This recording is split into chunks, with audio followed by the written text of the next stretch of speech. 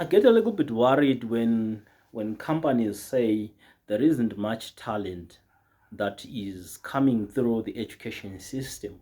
Then I ask myself, in this discourse about the skills for the current and the skills for the future, what exactly are they doing? How do they contribute in this dialogue? Is there any framework which they have that they would probably have given the educational institutions to say we need talent in these areas? Probably they have never done so. Or whether is it a matter of that you could probably want somebody who does this, but you don't know exactly what it is that they need to do for them to be able to do it. Because it's a little bit fascinating for me to find a company that has been in existence for more than 50 years.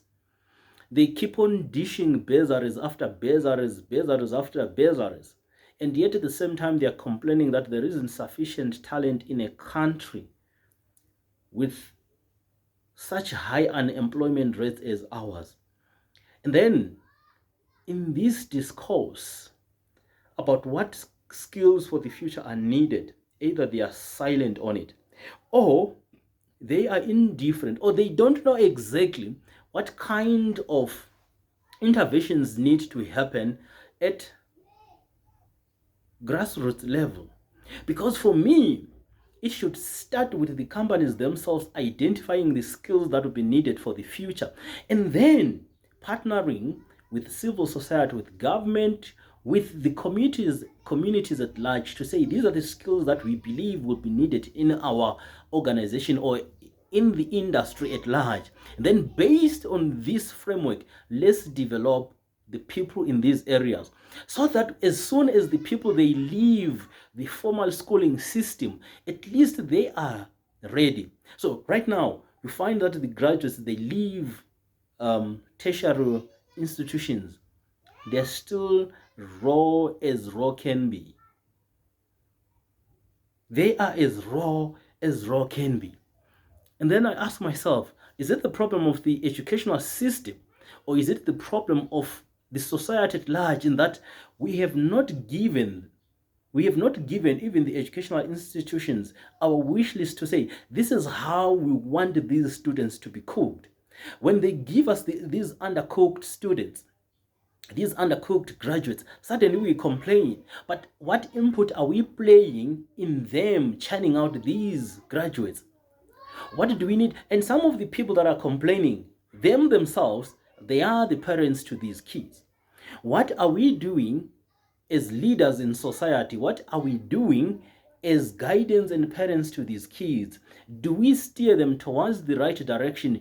Do we have the right kinds of discourse around what needs to happen in our country so that we can have the skills that are going to take our country forward?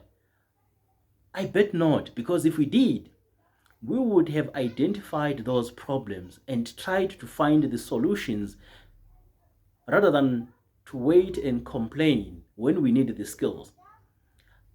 Let's assume I know that my organization is going to need artisans in the next 5 years, or I anticipate that the direction that the organization is going to go this way. Maybe the skills that are currently in the pool, they are not sufficient to meet the future needs. One thing that I need to do is to map out what I think the skills of the future are going to be, and already start some initiatives to start developing those skills.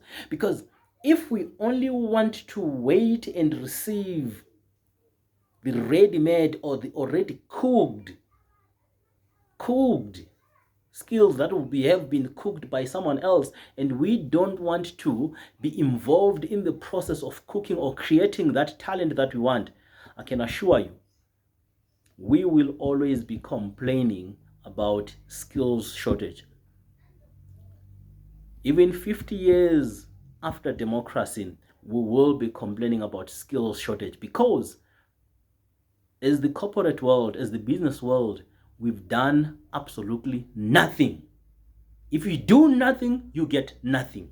So what are we going to do?